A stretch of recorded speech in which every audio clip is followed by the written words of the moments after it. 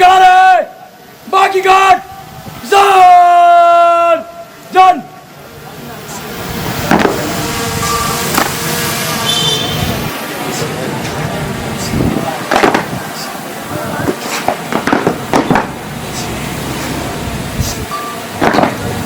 Guard, Bajo, Sas,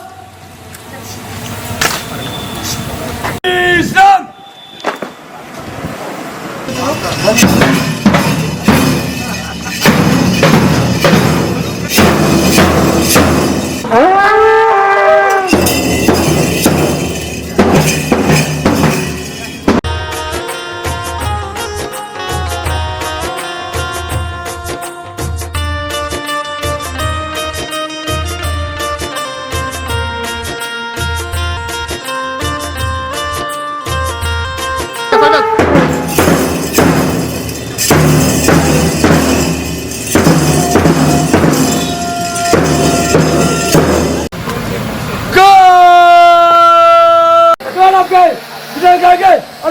महाविद्यालय के प्रबंधक जय शिवन श्री दिनेश कुमार राय और प्राचार्य प्रोफेसर सचिता डॉक्टर चंदन कुमार के नेतृत्व में माननीय कुलपति जी का अभिनंदन किया जा रहा है।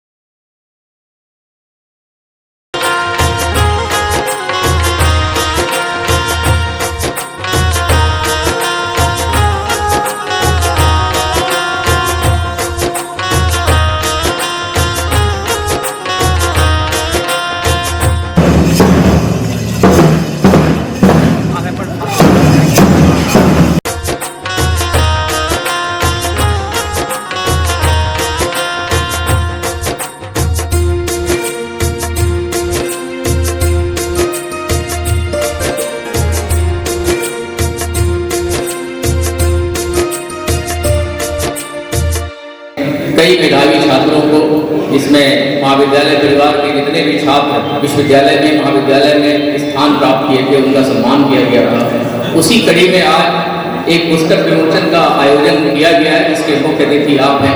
कल भी एक आयोजन हम लोग 12 तारीख को करेंगे। तो कुल मिला के कहने का है कि जन्म शताब्दी वर्ष के अवसर पर आज संस्थापक प्रबंधक बाबू मथुरा राय को याद करते हुए महाविद्यालय परिवार 3 दिनों तक लगातार इस समारोह का आयोजन कर रहा है। आज के समारोह के मुख्य अतिथि आप हैं, आपका स्वागत है, अभिनंदन है और वंदन है। बिल्कुल देर न करते हुए राम तुम्हें यह देश न भूले, राम तुम्हें यह देश न भूले, धाम धरातल जाए भले ही, राम तुम्हें यह देश न भूले, धाम धरातल जाए भले ही, यह अपना कर्तव्य न भूले, निज भाषा निज भाव न भूले, निज भाषा निज भाव न भूले। इन्हीं पंक्तियों के साथ मैं बिल्कुल समय न जाया करते हुए माननीय कुलपति जी से प्राचार्य महोदय प्रोफेसर सुचिता श्रीवास्तव और हमारे आदरणीय प्रबंधक डॉक्टर दिनेश कुमार राय जी से निवेदन है, मंच पर जितने भी अतिथि हैं सबसे निवेदन है कि माता सरस्वती की प्रतिमा पर माल्यार्पण कर दीप प्रज्वलन कर आज के कार्यक्रम का पुस्तक विमोचन कौन बड़ा है कौन छोटा है इसको ध्यान देने के लिए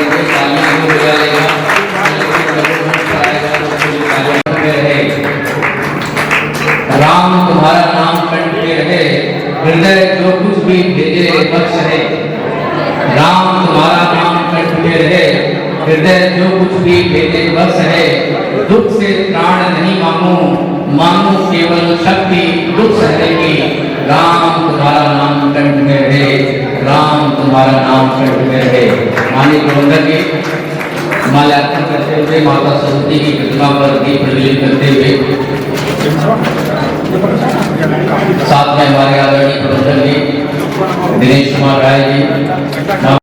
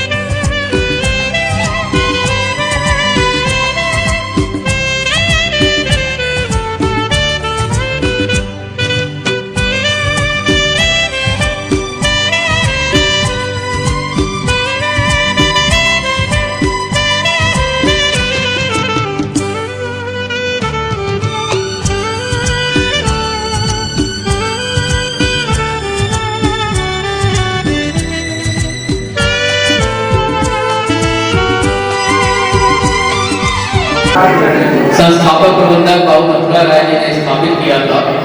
1968-69 में स्थापित हुआ था ये महाविद्यालय। जब पूरा देश महात्मा गांधी जन्म शताब्दी वर्ष उनके द्वारा मनाया जा रहा था पूरे देश में, उसी दौरान इस महाविद्यालय की रूपरेखा बनी। और बाबू मथुरा राय 1948-49 में BHU से बीटेक करके जब इस इलाके में वापस आए, अपने गांव आए, उसी दौरान उन्होंने गांधी इंटर कॉलेज की नींव डाली, एक झोपड़ी में नींव डाली। और वहां से जो उन्होंने एक यात्रा शुरू की, वो यात्रा आज इस रूप में हम लोगों के सामने दिखाई दे रही है। आज सलाका पुरुष बाबू मथुरा राय को याद करते हुए हम लोग अपने आप को गौरवान्वित महसूस कर रहे हैं कि इस संस्था में या इस इलाके में, इस मालटारी जगह में क्लास 1 से लेके या यूँ कहा जाए कि प्ले ग्रुप से लेके नर्सरी से लेकर पूरी PhD तक की पढ़ाई यहाँ पर होती है। अगर उसका कहीं कोई देन है जिसका सबसे बड़ा योगदान है, तो मैं समझता हूँ कि इसी सलाका पुरुष बाबू मथुरा राय जी का योगदान है। आज इसके लिए शायद इतने सारे लोग भी यहाँ पर उपस्थित हैं, और जितने भी लोग उपस्थित हैं, मैं इस दावे के साथ कहना चाहता हूँ कि कहीं न कहीं वो बाबू मथुरा राय और इस महाविद्यालय या इसकी संस्थाओं से जुड़े हुए हैं। और सोचिए कि एक आदमी चाहे तो अकेले बंद कमरे में भी रह सकता है, एक आदमी चाहे तो पूरे गांव को भी अपना परिवार बना सकता है, एक आदमी चाहे तो पूरे शहर को भी अपना परिवार बना सकता है, और एक आदमी चाहे तो पूरे देश को भी अपना परिवार बना सकता है। और यहाँ तो देश को छोड़ दीजिए, सुदूर देश से भी चलकर यहाँ आने वाले बहुत सारे लोग हैं। ऐसे बाबू मथुरा राय को नमन करते हुए, बिल्कुल भी समय न गंवाते हुए, मैं स्वागत करने के लिए महाविद्यालय की प्राचार्य प्रोफेसर सुचिता श्रीवास्तव जी को बिल्कुल अदब के साथ मंच पर आमंत्रित करता हूँ कि आए और अतिथियों का स्वागत आप करें और आप जोरदार तालियां बजाएं। तालियां बजाएं। सलाका पुरुष के विमोचन के अवसर पर सम्मानित मंच पर उपस्थित हम सब के प्रेरणा हमारे लोकप्रिय हम सबके बीच में मनीषी विद्वान हमारे कुलपति महोदय, हमारे लोकप्रिय प्रबंधक महोदय, सम्मानित अतिथिगण और सामने प्रांगण में उपस्थित सम्मानित अतिथिगण, महाविद्यालय परिवार के सदस्यगण, आप सभी का ऋषियों की इस तपोस्थली पर, जो कि आपको बता दूं कि ऋषि चंद्रमा दुर्वासा एवं दत्तात्रेय की तपोस्थली भी है, धरती पर अयोध्या से उपाध्याय हरिओम पंडित महापंडित राहुल सांकृत्यायन, अल्लामा शिबली नोमानी और अन्य बहुत बड़े ऐतिहासिक इत्यादि अन्य बहुत बड़े साहित्यकार का इस धरती पर जन्म हुआ। तो ऐसी धरती पर मैं आप सभी का स्वागत, अभिनंदन एवं वंदन करती हूँ और दो पंक्तियां आपके स्वागत में निवेदित करती हूँ।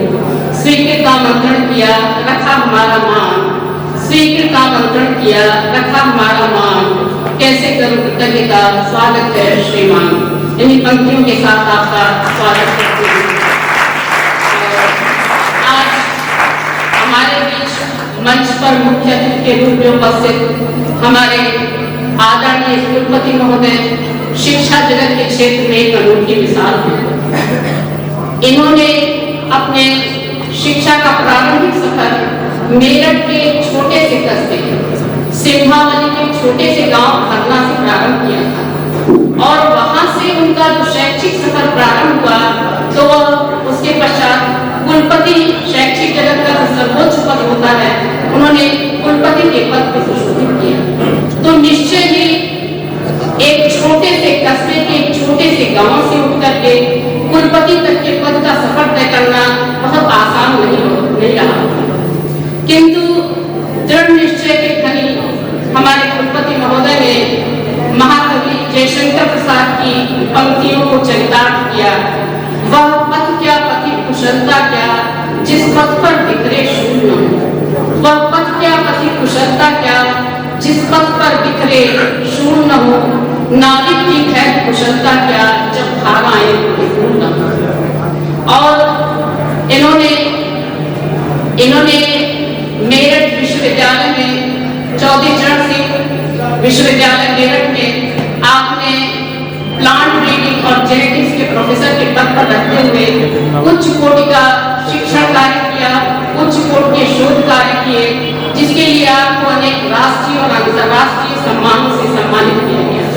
निश्चय ही ऐसे विद्वान मनीषी पुस्तकों को अपने बीच में पा करके हम सभी बहुत गौरवान्वित हैं, हम सभी अपने को धन्य महसूस करते हैं। जिस महामना की जन्म शताब्दी आज हम लोग मना रहे हैं,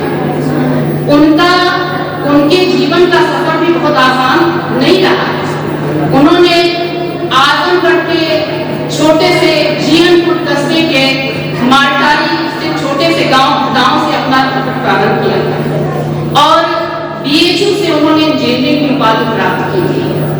बीएचयू से इंजीनियरिंग की उपाधि प्राप्त करने के पश्चात आप उत्तर प्रदेश पावर कॉर्पोरेशन के अध्यक्ष भी रहे और इन्होंने तत्कालीन ऊर्जा मंत्री श्री कल्पनाथ राय के निजी सलाहकार थे।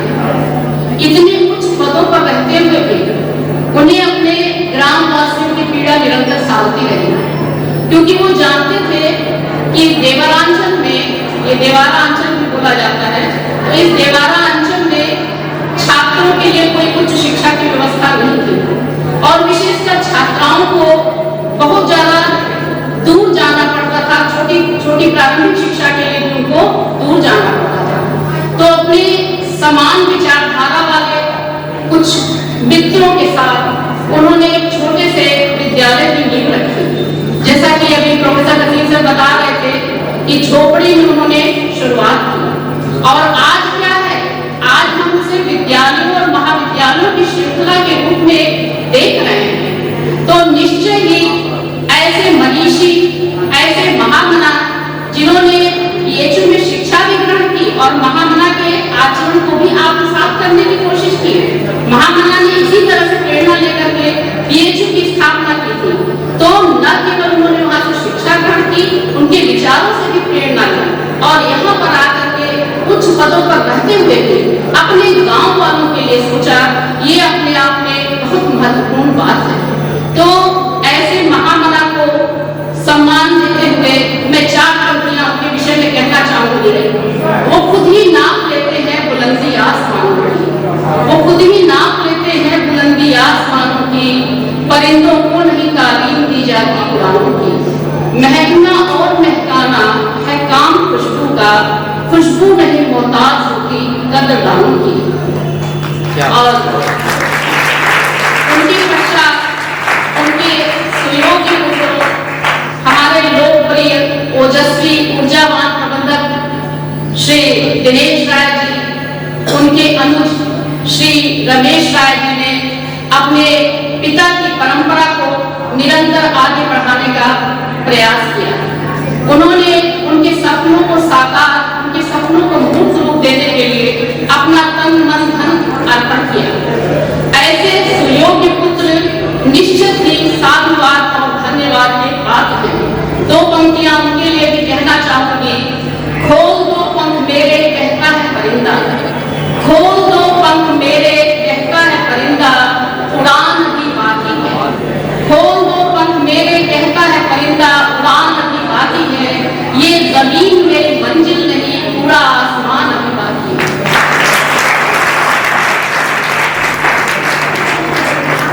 नेतृत्व में लगातार सफलता के कई आयाम स्थापित कर रहा है।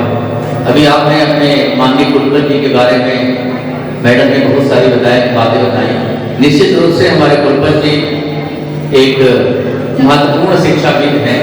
मैं भी कुछ पढ़ रहा था, मैं देख रहा था, आपने अपने 22 PhD आपने करवाया था अपने विषय में। अब सोचिए ये 22 PhD समझ लीजिए 22 रिसर्च के बराबर होती है, नए आविष्कार के बराबर होती है। तो 22 PhD आपने कराया और MPhil आपने 84 कराया। मतलब आपके भीतर MPhil आपने 84 आपने MPhil कराया है। 22 बच्चे आपके अंदर PhD किए हैं। अगर हम लोग गवई भाषा में, ठेठ भाषा में MPhil को माना जाता है तो आधी PhD होती है। MPhil मतलब PhD का आधा माना जाता है। उस प्रकार हमारे अतिथि महोदय पधारे हैं, हमारे मैं एक बार माननीय कुलपति जी का अभिनंदन करते हुए मैं स्वागत करना चाहता हूँ। अभी आपने प्राचार्य प्रोफेसर सुचिता श्रीवास्तव जी की बातें आपने सुनी। निश्चित रूप से एक अच्छे पिता का एक अच्छा योग्य पुत्र होना अपने आप में एक गौरव माना जाता है। शास्त्रों में भी आया है, आप माना जाए कि पुत्र अपनी माता पिता की आत्मा का अंश होता है। पुत्र अपनी माता पिता का आत्मा का अंश होता है। कहीं न कहीं वो अंश, कहीं न कहीं वो लव, कहीं न कहीं वो प्रेम जो दिखाई देता है वह माननीय प्रबंधक जी में और रमेश राय जी में बिल्कुल दिखाई देता है। इन लोग भी लगातार, रमेश भैया मुझे दिखाई नहीं दे रहे हैं, मैं चाहता हूँ कि वो भी दिख जाते तो मुझे भी अच्छा लगता। अगर वो कहीं दूर होंगे, आवाज़ अगर सुनाई दे रही होगी, मैं जानबूझ के उनका मैं नाम ले रहा हूँ कि रमेश राय भैया को यहाँ होना ही चाहिए। हाँ ठीक है, चलिए उनका भी सम्मान है, स्वागत है, इसलिए कि होते तो अच्छा लगता है, देख के लगता है, क्योंकि राम और लक्ष्मण एक साथ ज्यादा अच्छे लगते हैं, है ना। इस रूप में जोरदार तालियां बजा दीजिए।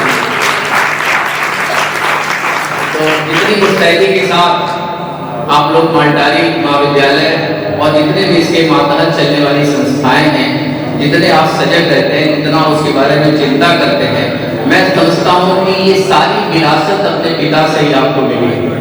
एक व्यक्ति, जैसा कि अभी मैडम ने कहा, एक व्यक्ति बिजली विभाग में काम करते हुए तमाम तबादलों को झेलते हुए, तमाम गरीबी की समस्याओं को झेलते हुए, वो दौर ऐसा था जब हमारे पास ट्रांसपोर्ट भी नहीं थे, हमारे पास सड़कें भी नहीं थी, हमारे पास रुपए पैसे भी नहीं थे, कपड़े भी नहीं थे। आज अगर इस किताब को पढ़ेंगे तो लगेगा कि नहीं, बाबू मथुरा राय को खद्दर के कपड़े ज़्यादा अच्छे लगते थे। जब वो BHU गए पढ़ने के लिए, उनको कोट टाई पैंट पहनना पड़ा तो उनको बहुत अच्छे नहीं लगते थे, क्योंकि उस समय का दौर ही पूरा आंदोलनों का दौर था। गांधी के पीछे पूरा देश भाग रहा था, खद्दर के कपड़े पहने जा रहे थे। बाल गंगाधर तिलक सन 1906 में आप जब ठीक से उठा के पढ़ेंगे, जब उन्होंने स्वराज आंदोलन चलाया था तो अंग्रेजी कपड़ों की होली जलाई थी। जो होली जली थी और खादी कपड़े पहनने का जो एक दौर चला था, उस दौर से मालटारी के गांव में जन्म लेने वाले बाबू मथुरा राय में छूटे नहीं रहे। उनका प्रिय लिबास था खद्दर के कपड़े। सोचिए कि खद्दर के कपड़े पहनकर किस तरह की सोच रखकर आज हम इतने सारे लोगों को इतने साल के बाद भी यहाँ पर बुला लेना अपने आप में कोई मामूली बात नहीं है। जब इसलिए किताब के लोकार्पण की तरफ हम लोग चलते हैं, किताब सबके सामने रखी गई है। मैं चाहता हूँ जितने भी मंच पर हमारे अतिथि हैं वो अपने अपने जगह पर खड़े होकर इस किताब को अपने हाथ में उठा लेंगे ताकि फोटोग्राफी हो जाए। और मैं चाहता हूँ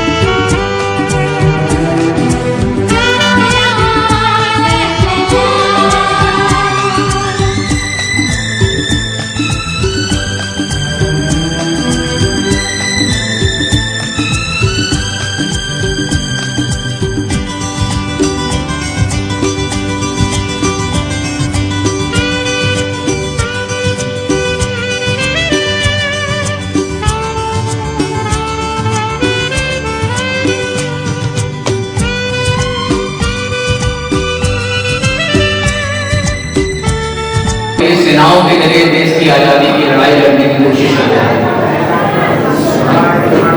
इस पूरी किताब को जब आप देखेंगे, उस किताब में बाबू मथुरा राय के जीवन पर केंद्रित सबसे पीछे एक कविता है, 128 पेज पे है। उस कविता की पंक्तियों को 2 मिनट में मैं पूरा पढ़ूंगा, उसके बाद हम लोग सिर्फ किताब पे बातचीत करेंगे। अपना मन और अपने आप को अब केंद्रित करेंगे इस किताब पर, इस महान व्यक्तित्व के ऊपर, इस महामानव के ऊपर, इस युग पुरुष के ऊपर, इस सलाहकार पुरुष के ऊपर कि किस तरह से कैसा हमारा देश था, कैसा हमारा समाज था, कैसे क्या क्या जरूरतें थी, इन जरूरतों के मुताबिक कैसे एक व्यक्ति अपने आप को ढालता है। किताब में एक कविता है, जब एक तारा टूटता है। आप इस कविता को देखेंगे, मैं पढ़ रहा हूँ, आप सुन लीजिए और वहीं से हम लोग इस समय अपने स्वयं नहीं रहेंगे, हम लोग मथुरा राय जी की तरफ बढ़ जाएंगे।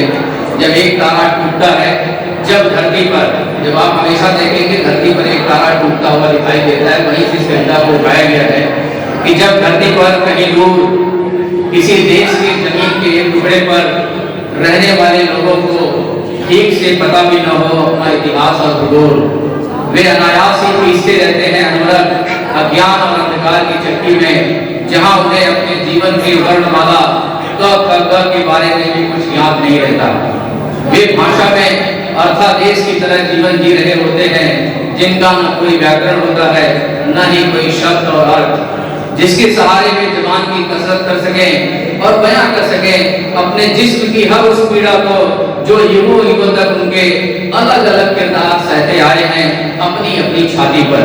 ये उन गरीब मजदूरों और किसानों की बात की जा रही है। इसी जिस्म और मन की पीड़ा हरने के लिए एक तारा टूटता रहा है हर बार उसी जमीन पर, जहां अंधेरे को भुलाने के लिए एक युग के समापन पर स्वयंवर में, आपको याद होगा माता सीता की शादी जब राम से होती है तो धनुष टूट जाता है, वहीं से एक युग का समापन हो जाता है। परशुराम वहां से पर्दे से बाहर हो जाते हैं और वहां भगवान राम का प्रवेश हो जाता है। उसी प्रसंग को याद किया गया है कि जहां अंधेरे को भगाने के लिए एक युग के समापन पर स्वयंवर में राम के छूते ही शिव का धनुष टूट गया था और दूसरे युग के प्रारंभ होने पर परीक्षित को सर्प ने डस लिया था। कलयुग के इसी गहन अंधकार को दूर करने के लिए जब जब महापुरुषों ने रूप बदल बदल कर अपनी अपनी मिट्टी में जन्म लिया था, सभी ने धूल से सने आईने को फुरज फुरज कर साफ किया था और अपने युग के बदनुमा चेहरे को मखमली बनाया था। टूटे हुए तारों के झुरमुट में कई तारे होते हैं जिनके नाम आज भी इतिहास के सुनहरे पन्नों में दर्ज हैं। बुद्ध, गांधी और अम्बेडकर, सुभाष, भगत और चंद्रशेखर सब टूटे हुए तारे ही तो हैं, जिसमें से एक ने जरूरत पड़ने पर पलक झपकते ही सिंहासन छोड़ दिया और दुनिया में देश को विश्व गुरु का दर्जा दिला दिया, तो दूसरे ने सीने पर गोली खाते हुए हे राम कहकर सबको अहिंसा का पाठ पढ़ा दिया। इनमें से ही एक ने बंदूक से निकली गोली को प्रतिज्ञाबद्ध होकर आत्मसात कर लिया और जीते जी वह कभी भी अंग्रेजों के हाथ न आया। इन्हीं में से एक इंकलाब को अपना लिबास समझा और हंसते हंसते 2 कदम बढ़कर फांसी के फंदे को चूम लिया। इतिहास के इन्हीं सुनहरे पन्नों में एक पन्ना मथुरा राय का भी है। इतिहास के इन्हीं सुनहरे पन्नों में एक पन्ना मथुरा राय का भी है, जिसे हम सब जानते और पहचानते हैं अपने अपने अंदाज में, जिसने खुद को मिटाकर खुद को पहचाना, करो और मरो के विकट समय में निर्भीक होकर अपना कदम बढ़ाया, उस पावन दहलीज पर दे दिया दस्तक, बिना डरे पकड़ कर खड़ा हो गया आजमगढ़ जेल की उन सलाखों को जहां आजादी की खातिर देशभक्त कैद थे। वह हिंद की सेना की तरह कदम ताल करते पैदल ही चल पड़ा भगवान खून से भारत भूमि के लिए और रच दिया अपने कर्मों से एक नया इतिहास, जिसके हम सब गवाह हैं। इसमें उसमें नगर और गांव दोनों बसता था, जिसकी बात मैं भी कर रहा था। उसमें नगर और गांव दोनों बसता था, पर झूठ उनको तनिक भी नहीं दिसता था।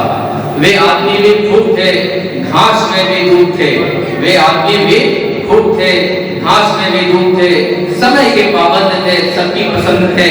घर बाहर सबके लिए उतरे थे, जितना कि स्वयं के लिए अपने थे। मथुरा राय की काया में समाये थे चांद और सूरज दोनों के गुणधर्म। मथुरा राय की काया में समाये थे चांद और सूरज दोनों के गुणधर्म। वे शिव और दुर्वासा की तरह रीझना और रूठना खूब जानते थे। वे शिव और दुर्वासा की तरह रीझना और रूठना खूब जानते थे।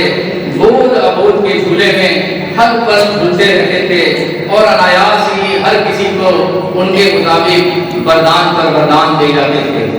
अन्यथा जो धरती, बिल्कुल अब पालटारी की बात हो रही है, अन्यथा जो धरती सरपत और कास के भार से दबी थी, अन्यथा जो धरती सरपत और कास के भार से दबी थी, क्या वह ज्ञान की कुबेर बन पाती?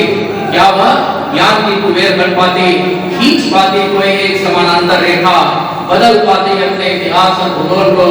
क्या पढ़ा पाती किसी एक को ककहरा? क्या पढ़ा पाती किसी एक को ककहरा?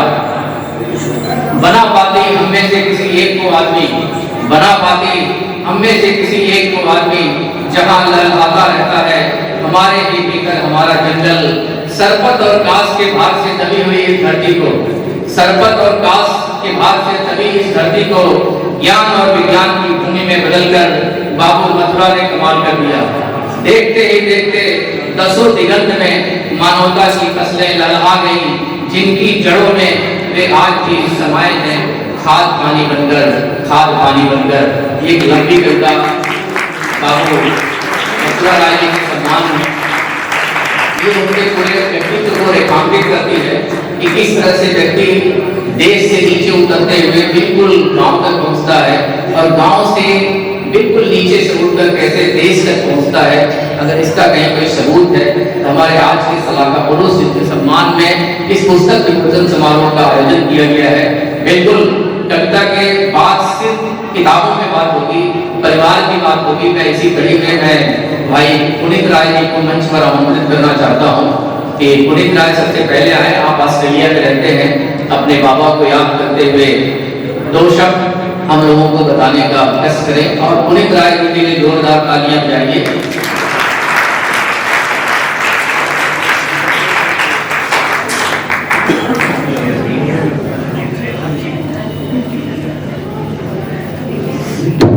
आप सबको बहुत बहुत प्रणाम। और यहाँ पर आकर ऐसा लग रहा है कि वापस एक याद ताज़ा हो गई है। हम 30 साल के बाद सब लोग मिल रहे हैं बाबा के ध्यान के बाद, उनकी इस विधि को याद करने के लिए जो हम उस समय सोचे थे कि हम वहाँ पहुँचेंगे, कैसे पहुँचेंगे। और पिछले 30 साल में जो हमारे बड़ों ने किया है शायद हम सब बच्चों के लिए मिसाल है। तो मैं एक बार उन सब बड़ों के लिए सबसे चाहूँगा कि जोरदार तालियों से पापा और बाकी सब जो परिवार में है जो उन्होंने साथ दिया। सबसे पहले मैं चाहता हूँ कि श्री हसीन खान जी का आभार प्रकट करना चाहता हूँ, क्योंकि उनका जो यहाँ पे नेतृत्व है इस मंच पे वो हम कभी भी हम सबके लिए मुश्किल है उसको करना, क्योंकि हमारी नेचुरली भाषा, जैसे मैं ऑस्ट्रेलिया में साल से रह रहा हूँ तो मैं इंग्लिश में ज़्यादातर बोलता हूँ वहाँ पे। तो जब मैंने स्पीच लिखने के बारे में सोचा कोई भी वो हमेशा इंग्लिश में मन में शब्द आया, तो हमको उसको हिंदी में ट्रांसलेट करने के लिए अलग अलग ऐप को यूज करना पड़ा, जबकि तस्वीर में हिंदी अच्छा लिखते थे। तो उसमें भी हमने कुछ कोशिश की है बाबा की यादों में, तो वो थोड़ा सा मैं शब्द कहना चाहूँगा उसके लिए। हम लोग बचपन में जब हम दिल्ली आए थे हम काफी छोटे थे, क्योंकि पिताजी का ट्रांसफर उस समय हमारे हुआ था 1992 में। और उस समय बाबा को हमने पहली बार गेस्ट हाउस में करीब से देखा था और थोड़ा थोड़ा उस समय समझ में आया कि उनका ना सिर्फ हमारे परिवार में बट हमारे परिवार के आसपास बहुत लोगों की जिंदगी में बहुत ही गहरा असर रहा।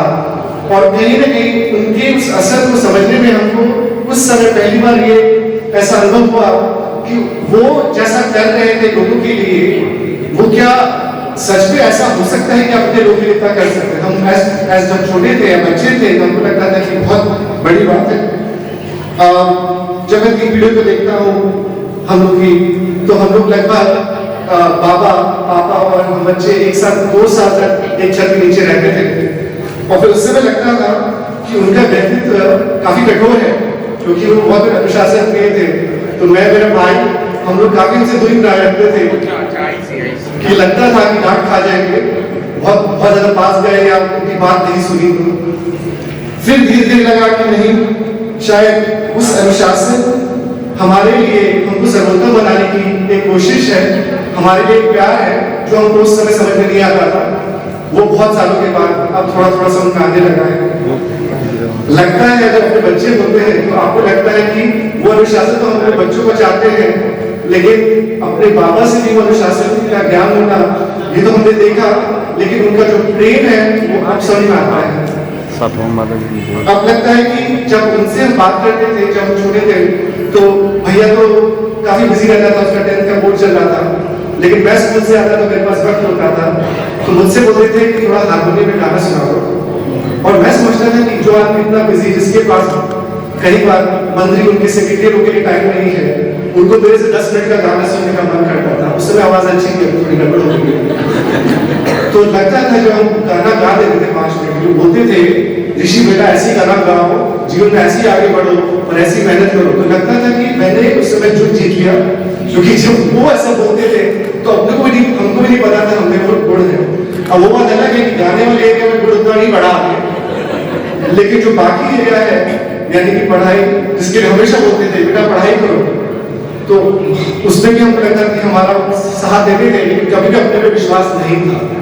विश्वास तब आया जब पहली बार 75% मार्क्स है, तो लगा कि हम तो क्लास के 10वीं या 12वीं रैंक पे पहुंचे, तो उन्होंने हमको 1000 रुपए का गिफ्ट दिया। तो उस समय लगा कि शायद हम 75% से भी आगे बढ़ सकते हैं। उनकी बात यह है कि वो देख नहीं पाएंगे 90% मिला एक बार, उसका तो कहा हमेशा कि 2-3 हजार और मिल गए होते। लेकिन आज लगता है इतने सालों के बाद कि वो अगर नहीं करती, अगर वो अपने बच्चों की तरफ भी प्यार की हिम्मत नहीं दिलाती, तो क्या मैं उस जगह में होगा? क्या हम सब जो अपनी दिशा में बढ़े, मैं अपनी बात नहीं करूंगा, किसी भी एक इंसान की बात करना सही नहीं है।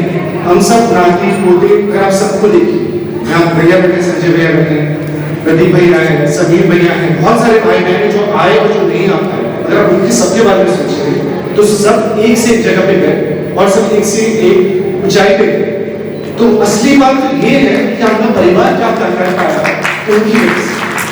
और देखिए सबसे ज्यादा जरूरी बात अपने बच्चों को ये समझाने की है कि क्या वो परिवार जो ये कर सकता है, क्या उनके बच्चे और अच्छा नहीं कर सकते। और यही सोच हम चाहते हैं कि अगले आने वाली पीढ़ी को हम आगे बढ़ा सकें। और इससे पहले मैं भूल जाऊं, इस फंक्शन को आगे बढ़ाने के लिए जो प्रियंका और ऋषि और पूरे परिवार में बुआ का पिछले 2-3 सालों जो हाथ रहा है, उसका तो कोई जवाब ही नहीं, क्योंकि जिस तरीके से ये फंक्शन ऑर्गेनाइज किया गया और जिस तरीके से बहुत ही सराहनीय है। और शायद उतना दूर रहते हुए बहुत खुश और बहुत अच्छा सोचते हैं, फील करते हैं कि ऐसे हमारे परिवार जन है, तो काश हम भी ऐसी कोशिश जारी रखें। और हम सब भाई बहन यही चाहूंगा कि आगे आने वाले टाइम में मिलकर इसको आगे बढ़ाएं। और आखिर में इनके कुलपति जी, प्राचार्य जी, जो आप संस्था के लिए कर रहे हैं, वो हम सबसे तो नहीं हो पाएगा एक दिन में, लेकिन हम आप लोग से ही सीखना चाहते हैं, हम आप सबसे मार्गदर्शन लेना चाहते हैं और चाहते हैं कि जो शिक्षकगण हैं और जो यहाँ के सारे जो कर्मचारी हैं, सारे छात्र हैं, वो आगे बढ़ के उस मेहनत से और उस नीयत से वो काम करें जो शायद हमारे पापा हम सबके लिए चाहते हैं। तो इसके साथ इसमें